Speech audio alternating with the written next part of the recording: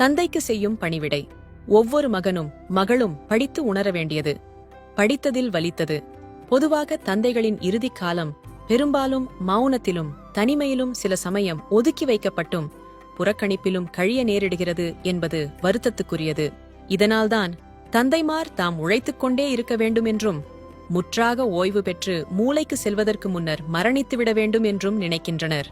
குடும்பத்துக்காக உழைத்து உழைத்து ஓடான பின்னர் அவரை கௌரவமாக வாழ வழி செய்ய வேண்டும்.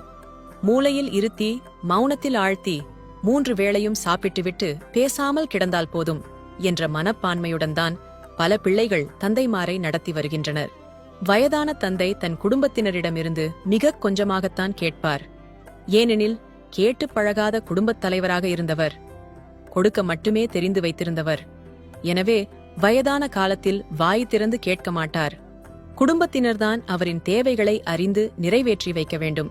வாசிக்கும் பழக்கம் உள்ளவரானால் குறைந்தபட்சம் வாரப்பத்திரிகையாவது வாங்கிக் கொடுங்கள்.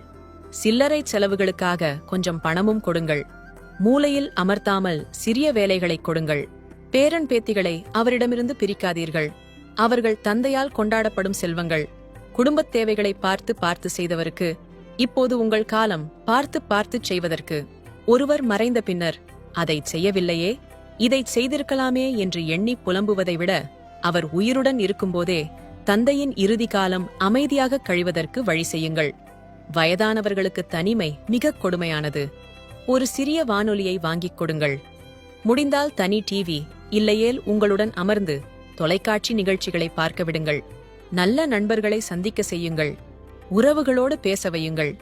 தன் மனைவியை இழந்த தந்தையின் தனிமை மிக மிக கொடுமையானது என்பதை உணர்ந்து கொள்ள வேண்டும். பெண் ஒரு கணவனை இழந்தால் அவரால் அதை ஜீரணித்து தன் பிள்ளைகளுடன் போய்ச் சேர்ந்து கொள்வாள். பெண் சூழலுக்கு ஏற்றாற்போல வளைந்து கொடுப்பாள். குடும்பத் தலைவன் அதிகாரம் செலுத்தியவன், சம்பாதித்தவன், பிறர் மதிப்புக்கு உரியவன் என்றெல்லாம் வாழ்ந்துவிட்ட தந்தை தன் அதிகாரமும் அன்பும் நெருக்கமும் காட்டக்கூடிய மற்றும் என்ன வேண்டுமானாலும் பகிர்ந்து கொள்ளக்கூடிய மனைவியை இழந்தபின் கையறு நிலைக்கு ஆளாகிவிடுகிறார் என்பதை உணர்ந்து கொள்ளுங்கள். இவற்றை உணர்ந்து தந்தைக்கு மரியாதை செய்யுங்கள். அவர் கௌரவிக்கப்பட வேண்டியவர். அனைவருக்கும் பகிருங்கள். இதுபோல பயனுள்ள பதிவுகளுக்கு ஜே ஹெல்த் பக்கத்தை ஃபாலோ செய்யுங்கள். நன்றி.